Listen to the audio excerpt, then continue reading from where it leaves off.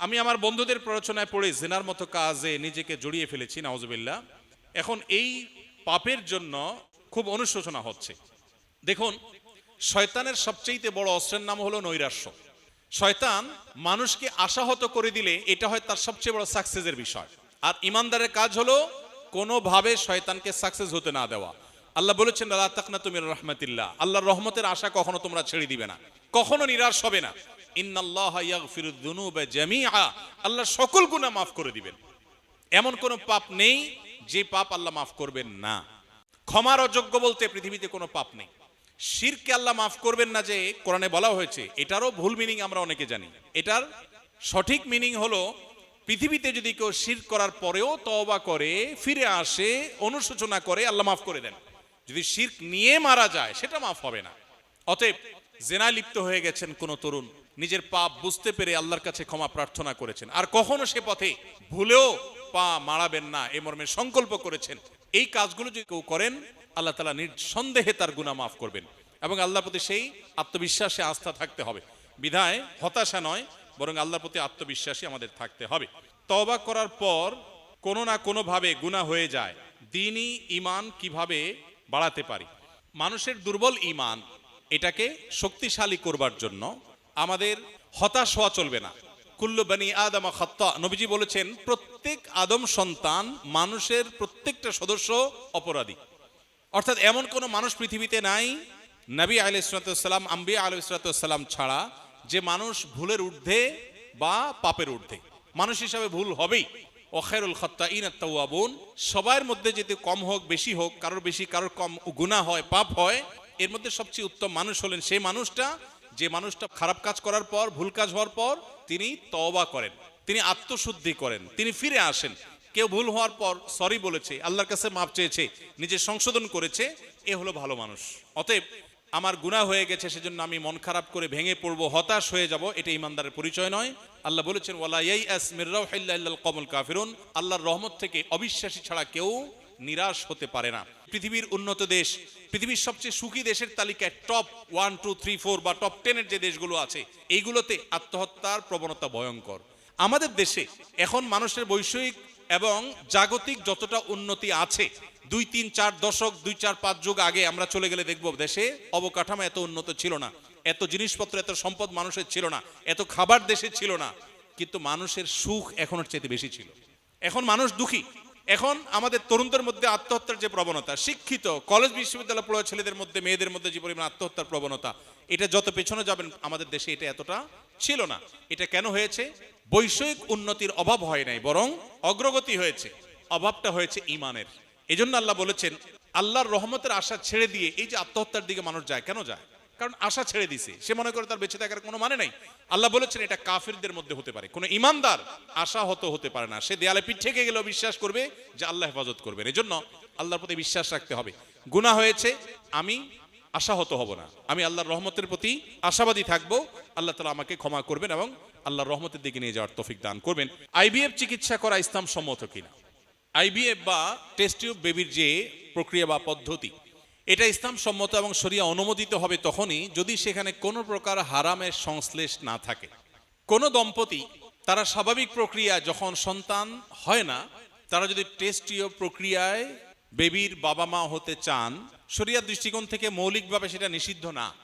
তবে শর্ত হলো সেখানে শরিয়া পরিপন্থী কোনো কিছু হতে পারবে না। যেমন স্বামী এবং স্ত্রী উভয়ের শুক্রাণু ডিম্বাণু কালেক্ট করা হবে, এখানে অন্য কারোর শুক্রাণু ডিম্বাণু কালেক্ট করা হলে সেটা পরিষ্কার জেনা হবে এবং হারাম হবে।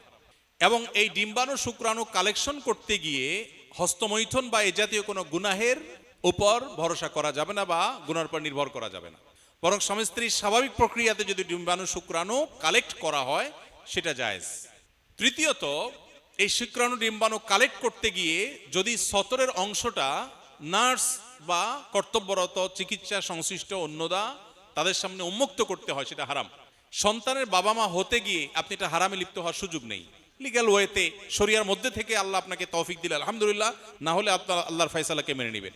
যদি আপনার সেটা করতে না হয়, যদি কোনো নার্স বা ট্রিটমেন্ট রিলেটেড কারোর সামনে সতর উন্মুক্ত করতে না হয়, বরং শুক্রাণু ডিম্বাণু কালেক্ট করার কাজটা স্বামী স্ত্রী উভয়ে নিজেরা করতে পারেন এবং এই জাতীয় কোনো হারাম যেগুলো কথা বললাম বা আরো কোনো হারাম থাকলে সেগুলো যদি অ্যাভয়েড করে কেউ আইভিএফ পদ্ধতিতে সন্তানের বাবা হতে চান, নির্দ্বিধায় শরিয়া সেটাকে অনুমোদন করে, মৌলিকভাবে নিষেধ না, তবে কোনো হারামে যেন লিপ্ত হতে না হয়।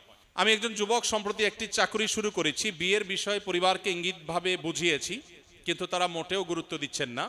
তারা চান আমার বিয়ে যেন ইউরোপে বসবাসরত কোনো বাংলাদেশি প্রবাসী মেয়ের সাথে হয়, কিন্তু আমি দেশে থেকে জীবন গড়তে চাই।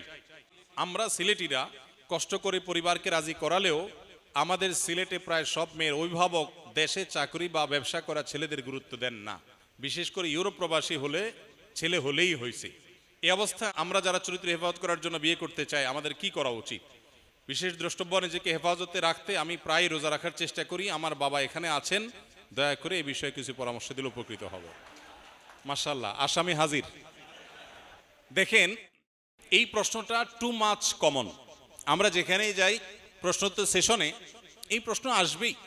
তো এই ধরনের প্রশ্ন ব্যাপকভাবে আমাদেরকে পেতে হয়। দেখুন, কোন পরিবারে ছেলে হারাম থেকে বাঁচার সংগ্রাম করছে, চেষ্টা করছে যেন তার চরিত্রে কালিমা না লাগে, আর বাবা মা তাকে সহযোগিতা করছে না, এর চেয়ে দুর্ভাগ্যের বিষয় আর কি হতে পারে? হওয়ার কথা তো ছিল উল্টা, যে সন্তান বিপথে যাবে আর বাবা মা তাকে সুপথে আনার জন্য সংগ্রাম চালাবে। কিন্তু এখানে উল্টাটা হয়েছে, যে সন্তান বাঁচতে চায় হারাম থেকে, বাবা মা তার সে আকুতির গুরুত্ব অনুধাবন করতে পারছেন না। যে বাবা সম্পর্কে এটি লেখা হয়েছে, এরকম আর অনেক বাবা থাকতে পারেন, আমরা পার্টিকুলার কোনো কেসের বাইরেও জেনারেলি বলতে পারি। নবী করিম সাল্লাল্লাহু আলাইহি সাল্লাম বলেছেন, তোমাদের সন্তানদের যখন বিয়ের বয়স হবে, তারা যখন উপযুক্ত হবে, এরপর যদি উপযুক্ত পাত্র পাত্রী পেয়ে যাও, তাহলে তোমরা বিবাহ দিতে দেরি করবে না, বিলম্ব করবে না, বিবাহ দিয়ে দাও। যদি না দাও, তাহলে সেক্ষেত্রে এর ফলশ্রুতিতে যে ফিতনা ছড়িয়ে পড়বে, এর ফলশ্রুতিতে যে গুনাহের সয়লাভ হবে, হারাম রিলেশন তৈরি হবে, এর দায়ভার কিন্তু ওই বাবা মাকেই বহন করতে হবে। সন্তানের গুনাহ তো হবেই, সে অপরাধে লিপ্ত হওয়ার কারণে, বাবা মার অবহেলার কারণে যে হারাম পর্যন্ত গিয়েছে, গড়িয়েছে, সেটা দায়ভার কিন্তু বাবা মাকে নিতে হবে। এজন্য দায়িত্বশীল বাবা মার পরিচয় আমাদেরকে দিতে হবে। আমরা আমাদের সন্তানদের চরিত্রের মূল্য আমরা বুঝি না। একটা সামাজিক এক ট্যাবু আমাদেরকে আটকে ফেলেছে। বেশিরভাগ ফ্যামিলিতে বাবা মার চিন্তা যে সমাজে মুখ দেখাবার মতো কিছু একটা ছেলেকে করতে হবে, তারপর বিয়ে করাবো। নাম দিয়েছি নিজের পায়ে দাঁড়ানো। আরে সন্তানকে আরেকজনের পায়ে দাঁড়ায় আছে নাকি? নিজের পায়ে তো দাঁড়ায় আছে সে। নিজের পায়ে দাঁড়াবার নাম করে সন্তানকে হাজার হাজার লাখ লাখ টাকা কামানোর আগ পর্যন্ত বিয়ে না দেওয়া, এটা অভিভাবক হিসাবে, একজন মুসলমান হিসাবে সুস্পষ্টভাবে আল্লাহর অবাধ্যতা, আল্লাহ রাসূলের অবাধ্যতা। অতএব কোন রকম মহরের টাকা জোগাড় করে স্ত্রীর ডাল ভাতের টাকা জোগাড় করবার ব্যবস্থা যদি সন্তান করতে পারে, বাবা মার কর্তব্য হয়ে যায় সেই সন্তানকে বিয়ে দেওয়া।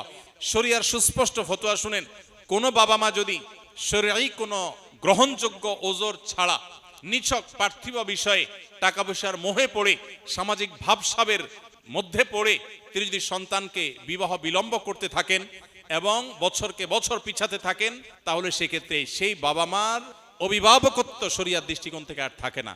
তখন সন্তান এলাকার মুরব্বী আলেম ওলামাদের অভিভাবক বানিয়ে বিয়ে করবার অধিকার তার চলে আসে। অতএব এই জঘন্য কাজ থেকে আমাদের বেঁচে থাকার চেষ্টা করতে হবে। মনে রাখবেন, রিজিক দেওয়ার মালিক আল্লাহ তাআলা। আল্লাহ কোরআনে বলেছেন যে আনকিহুল আয়ামা মিনকুম ওয়াস-সালিহিনা মিন ইবাদিকুম ওয়া ইমাইকুম ইন ইয়াকুনু ফুকারা আয়ুগনিহিমুল্লাহু মিন ফাদলি।